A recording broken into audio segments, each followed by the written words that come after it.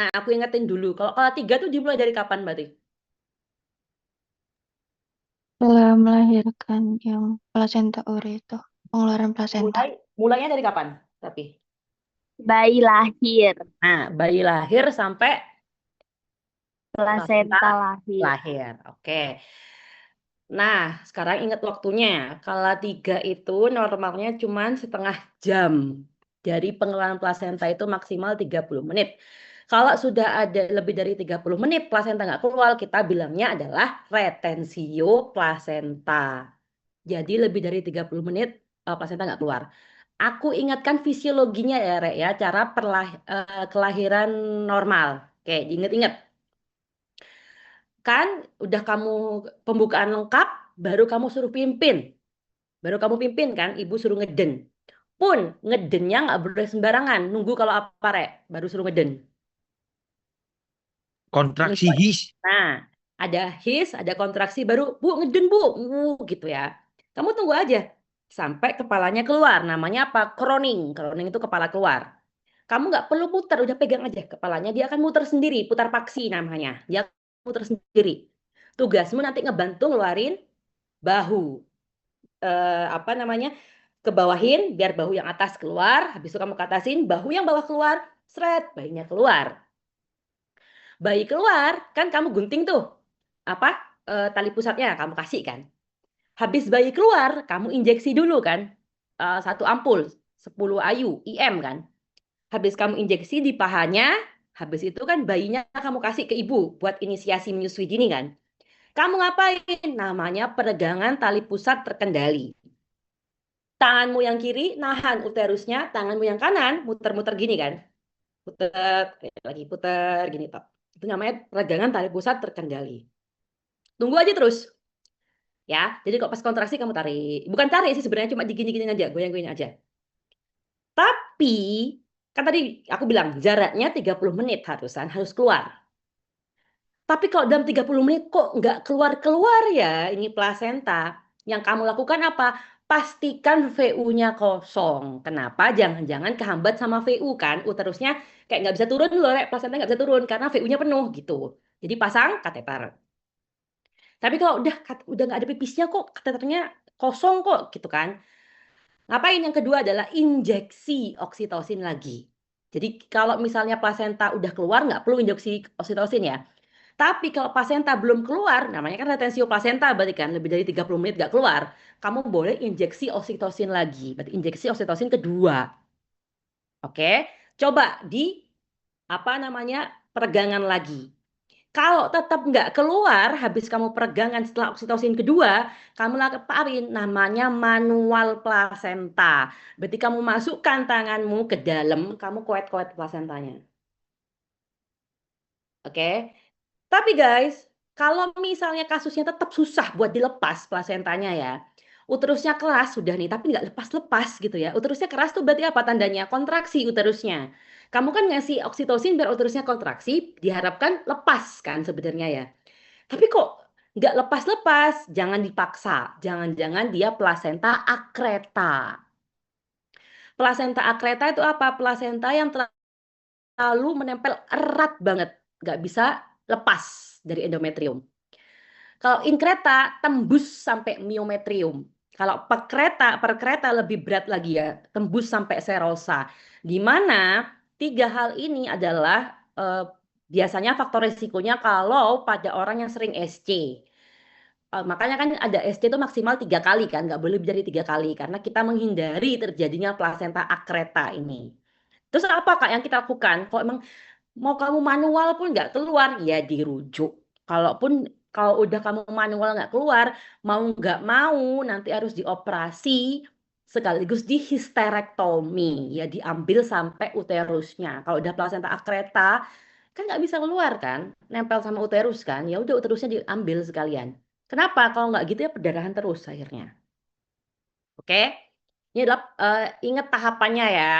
Di tahap bayi keluar, masuk oksitosin IM. Terus peregangan tali pusat terkendali.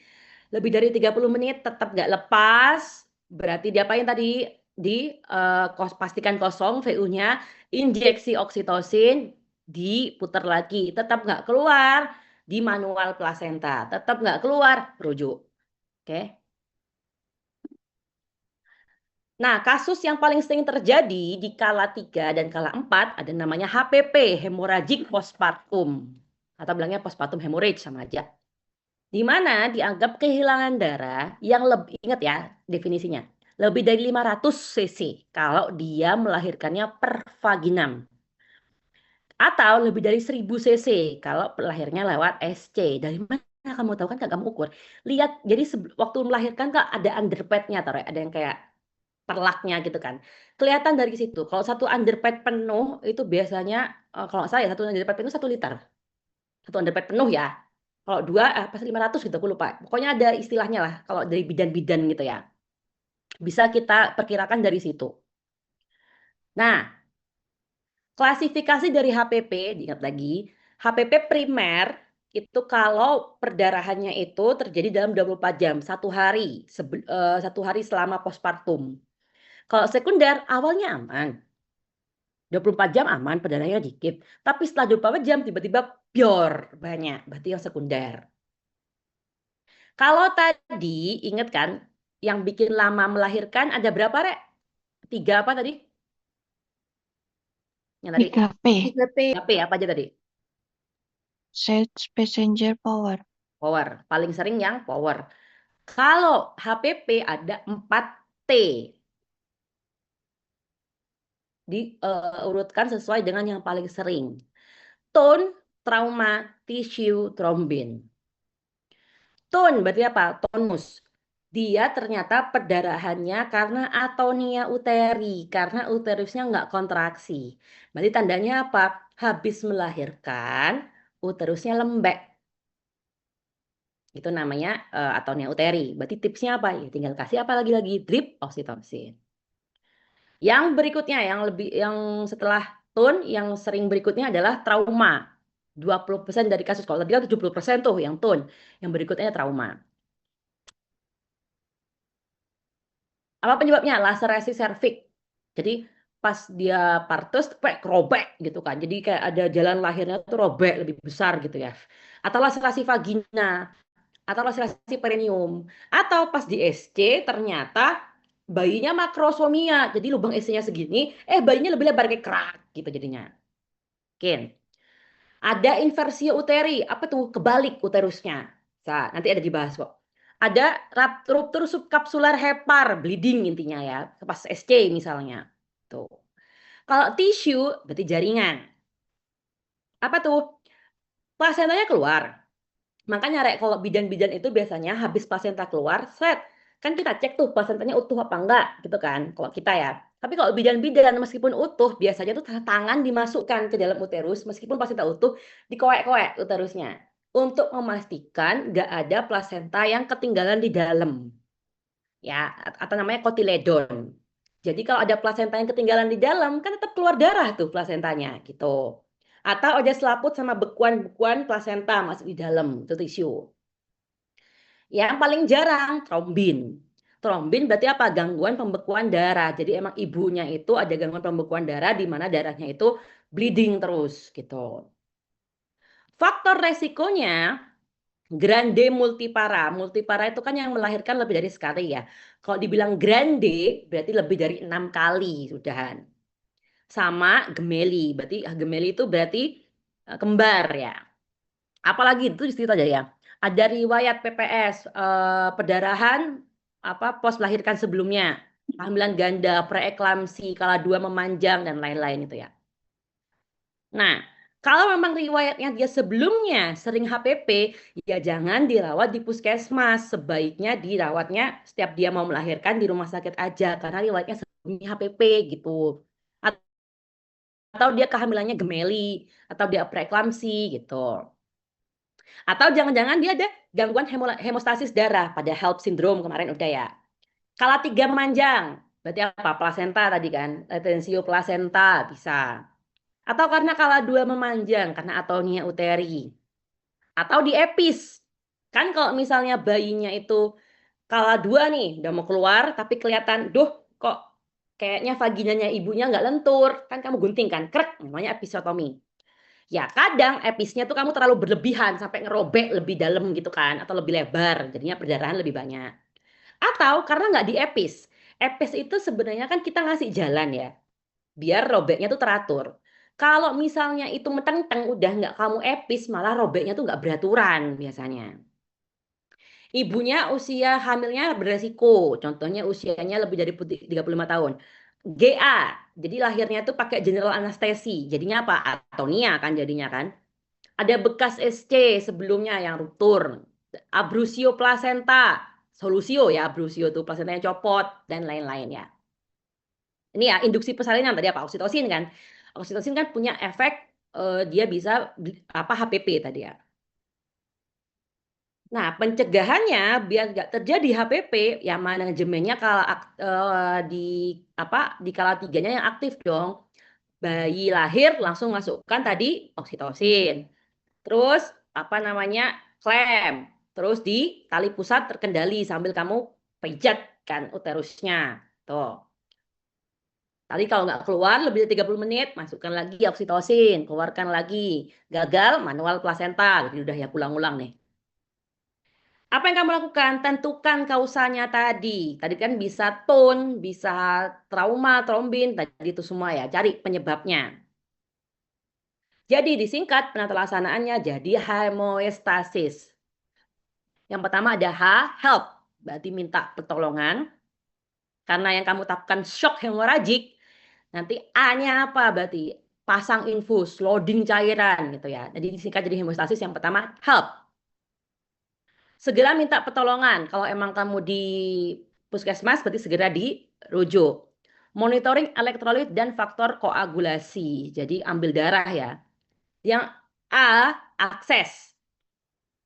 Berarti cek vital sign-nya, terus pasang infus yang ukuran paling besar karena kita jaga-jaga mau transfusi darah ya. Ambil darahnya tadi ya, cek HB-nya, cek dia golongan darah apa, kasih cairan yang banyak, posisi shock, kakinya naikkan ke atas. Sementara kita kasih dulu obat penghambat perdarahan. Apa obatnya? Asam tranexamat. Ini adalah obat penghambat perdarahan secara garis besar ya, nggak cuma HPP, perdarahan dimanapun bisa kita kasih asam tranexamat atau nama dagangnya Kalnek. Tadi kan homeostasis, E-nya etiologi, berarti kita kejar penyebabnya apa. Lihat kontraksi uterusnya. Uterusnya sempat tegang nggak? Kalau dia lembek, berarti atonia uteri, ya kan ya. Terus cek plasentanya. Pas kamu buka plasentanya, lihat utuh nggak? Apa jangan-jangan ada kotiledon yang nggak utuh. Jadi di dalam kan, berarti harus kamu kuek-kuek uterusnya. Ya, kalau perdarahannya karena adesi plasenta, plasentanya yang apa namanya nempel saat SC, yaitu urusannya nanti di harus pas SC ya, berarti langsung aja di ligase. Ligase itu apa? Arterinya kita sumbat biar nggak ada perdarahan gitu. Ini urusannya obgyn udah ya kalau yang ini ya. Terus kalau kata karena atonia uteri kak, uterusnya lembek, apa yang kita lakukan? Karena pareks ini atonia uteri, apa yang kita lakukan? Masase uterus, drip oksitosin, masase uterus, uterusnya dipijat di atasnya, dipijat gini. Tetap lembek kak. Caranya diingat-ingat ya, ini sering keluar soalnya. Ada kompresi bimanual namanya. Kompresi bimanual itu ada dua. Kompresi bimanual eksterna sama kompresi bimanual interna. Kalau yang eksterna berarti dua tanganmu di luar. Tangan satunya memegang fundus uteri, tangan satunya ninju gini. Jadi kayak dikepek gini, set gini. Tapi kalau yang bimanual interna, berarti satu tanganmu masuk ke vagina. Jadi nekan dari dalam gitu. Ini massage uteri ya. Kamu lakukan kalau atonia uteri. Jadi habis, oh uterusnya lembek gitu kan. Drip oksitosin, massage tetap gak mempan, langsung di bimanual ya. Tadi ya, uterotoniknya adalah oksitosin. Oksitosinnya apa? 40 IU, berarti 4 ampul. Di drip, dimasukkan dalam NS atau RL. Satu flash tadi kan ya. Tapi jangan banyak-banyak karena apa? Takutnya orang hipertensi bisa atau bisa edema pulmoner. Kalau dia memang ternyata ada kontraindikasi, kamu boleh kasih ergometrin. Boleh. Kalau kamu curiganya karena trombin, berarti kamu kasih fresh frozen plasma. Tuh. Terus tetap ini kenapa nih perdarahannya terus-terusan nggak diketahui penyebabnya apa misalnya ya. Ya mau atau misalnya ada sisa plasenta atau apapun, mau nggak mau harus kamu naikkan ke meja operasi kan. Ya. Dengan cara apa meja sambil bimanual. Jadi kamu sambil bimanual tuh sambil pegang itu naik ke meja operasi. Oke, kalau misalnya masih belum siap kamar operasinya, kan kamu nggak mungkin dong 5 jam atau 2 jam apa tangan dalam memek gitu kan. Bisa kamu kasih tampon. Tamponnya pakai apa? Pakai kateter. Kateter itu kan kalau kamu kasih air gitu kan balonnya melebar gitu kan ya. Kamu masukkan aja tuh kateternya ke dalam uterus, kamu isi air gini. Akhirnya kan ngembung. Jadi sekiranya ada perdarahan ke tampon akhirnya. Nah, yang terakhir, kita masuk ke meja operasi, ada teknik namanya B-Linch. B-Linch ini operasi di mana talinya itu dibuat meres uterus. Jadi pada kasus atonia uteri, biasanya dokternya itu lakuin B-Linch namanya. Aku pernah ikut sekali ini. Jadi kayak orang ngejahit loh, rek, di set, set, terus ditarik ke bawah gini. Jadi uterusnya aku apa ya, kayak kepencet gitu jadinya. Kalau tetap nggak mempan, berarti kita potong arterinya. Ya, tapi kalau ternyata ya udahlah dia udah punya anak banyak kok nggak usahlah hamil lagi ya sekalian di histerektomi. Apa bedanya total sama subtotal? Kalau subtotal berarti kita cuma ambil uterusnya kita tinggalkan serviknya. Jadi serviknya ada tetap. Biar apa sih? Biar kalau ngewek tetap enak masih ada serviknya. Tapi kalau total jarang ya. Kalau total tuh biasanya kita pada kasus CA serviks baru kita total. Jadi kayak kalau ngewek tuh kopong, bolong. Dah, kasusnya ada apa tadi? Selain tadi udah yang kita bahas tadi ada atonia uteri. Tadi kan udah. Sama retensio plasenta. Dah. Yang ketiga ada inversio uteri. Apa nih? Uterusnya kebalik. Biasanya terjadi pada kasus peregangan tali pusatnya yang berlebihan. Tadi kan aku bilang, Rek, peregangan tali pusat itu jangan ditarik, cukup diputer. Tapi kalau kamu terlalu narik, tek gini ya. Atau biasanya karena ini, apa namanya?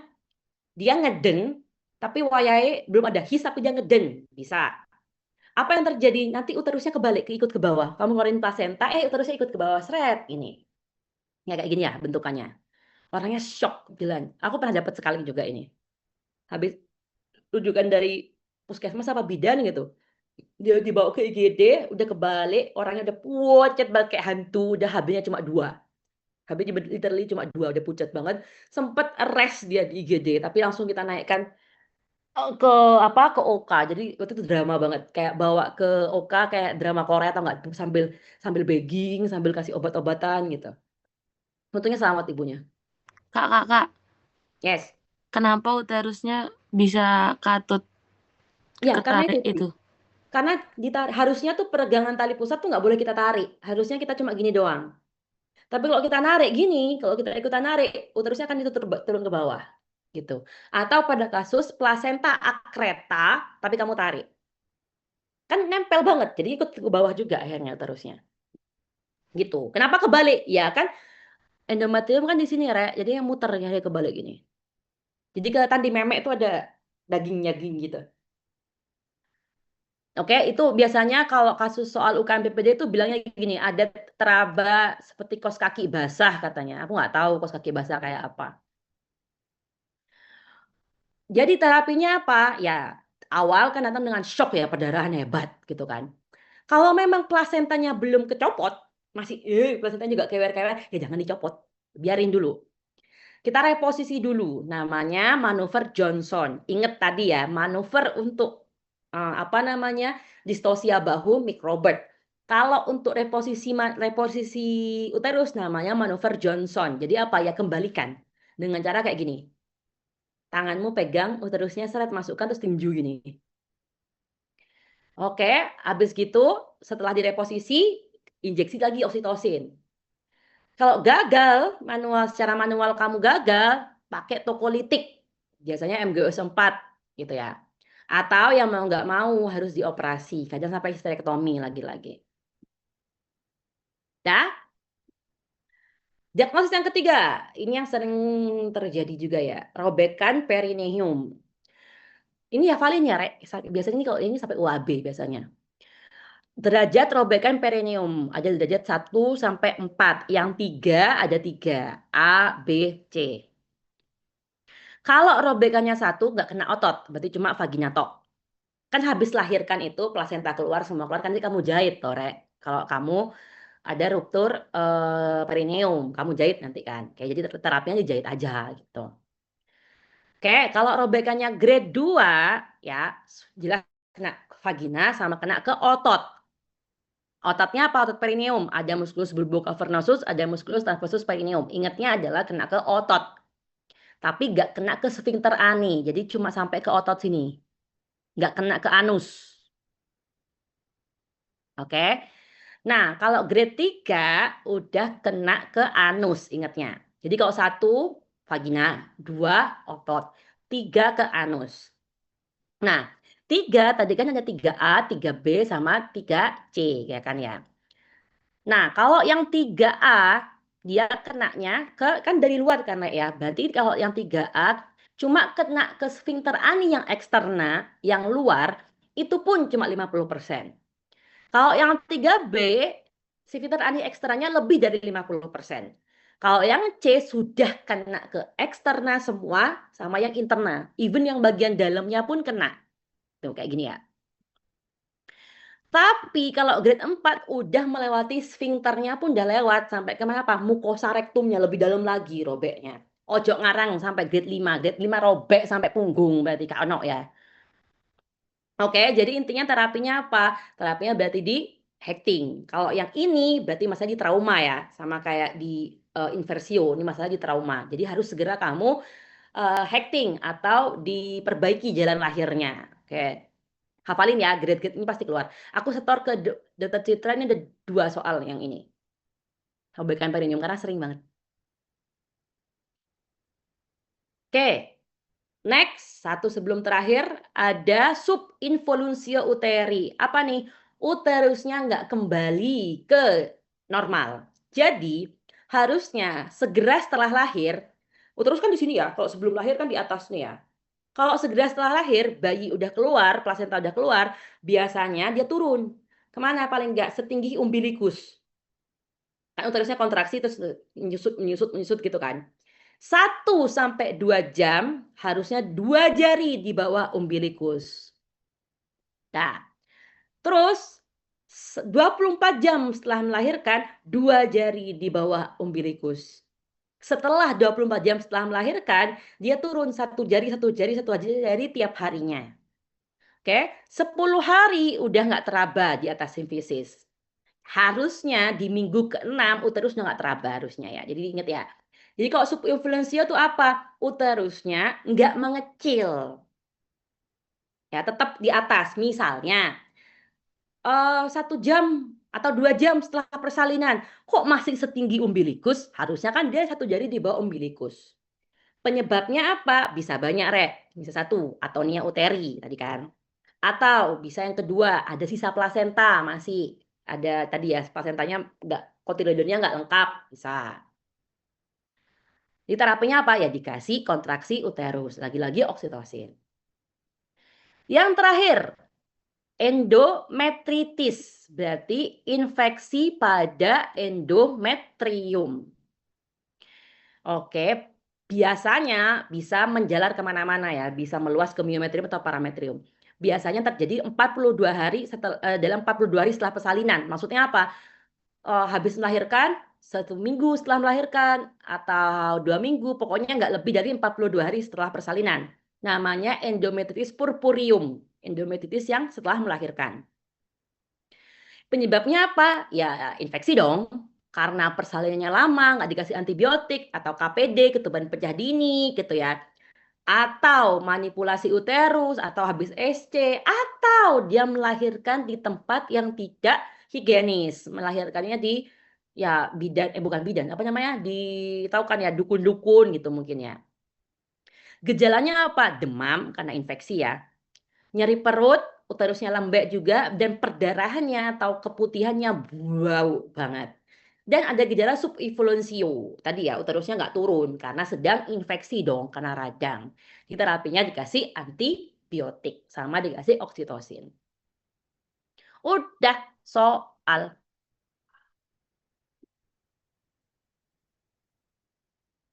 Ini bukan aku, ini soal tahun kemarin. Wow. Wow, toh kan nggak jawab, Be.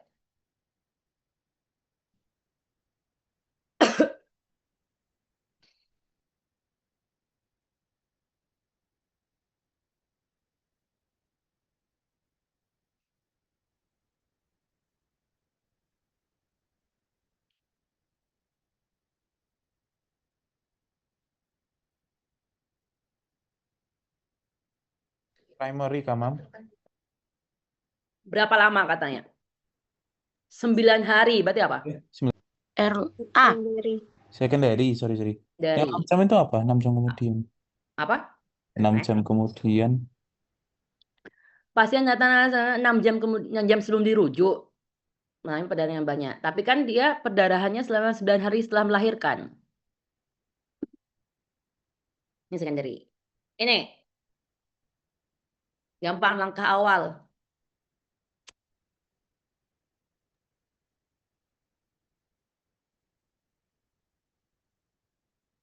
Berarti apa ya, Rek, kalau langkah awal?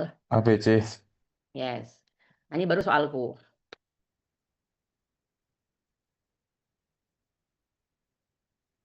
Tiga C. Yes, karena kena ke sphincter ani interna.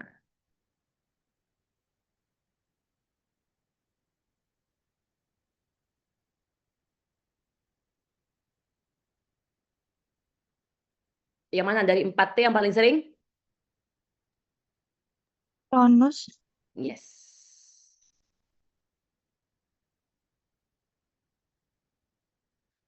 Apa tadi obat yang sekaligus menghambat perdarahan?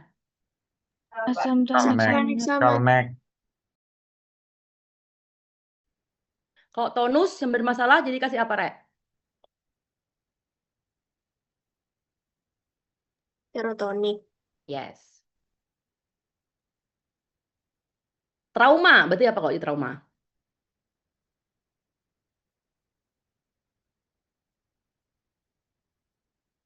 Kalau trauma, berarti apain?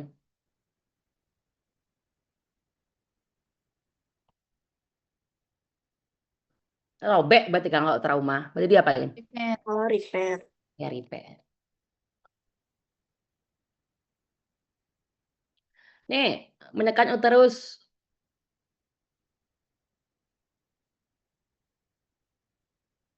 Interna. Oke, ini kompresi benjol interna. Yang paling berat? Per kereta. Per kereta.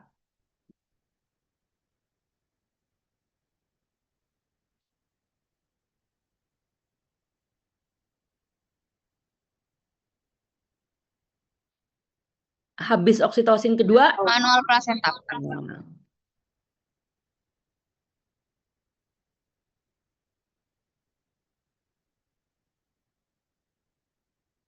Tadi yang apa nih? Setelah melahirkan, masa merah keluar dari vagina. Fundusnya nggak ada di sini. Berarti ada apa? Inversio.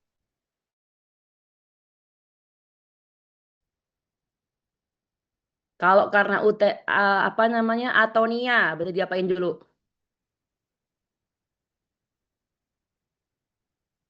Massage. Habis di massage nggak ada pilihan massage, Kak. Habis itu diapain?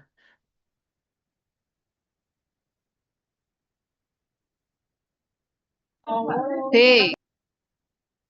Rujuk langsung. A. Tampon.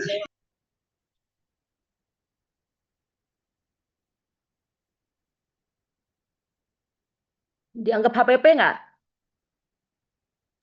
Enggak. Berarti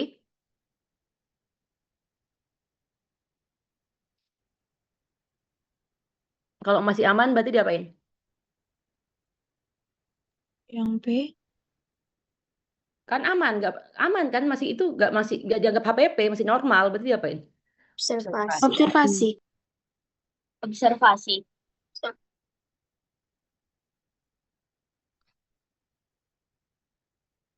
Oke. Segera setelah melahirkan di mana? Kalau segera setelah melahirkan, habis melahirkan harusnya di mana? Kalau habis melahirkan langsung di mana? Di Umbilikus. umbilikus. 1-2 jam setelah melahirkan berarti di mana?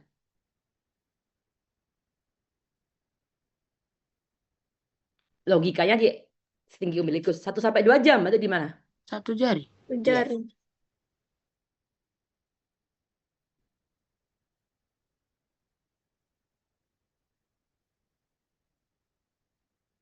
Di hari ke-7 masih setinggi umbilikus, berarti namanya apa? Subinvolusi. Oke. Ini habis melahirkan demam, bau busuk, berarti? Endometritis. Kritis. Oke. Sampun. Alhamdulillah. Alhamdulillah. Ini mau nanya. Yes.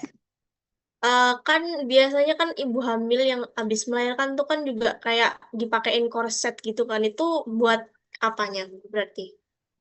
Sebenarnya kalau buat nggak ada kewajiban dari dokter, bukan saran dari dokternya ya sebenarnya pakai korset.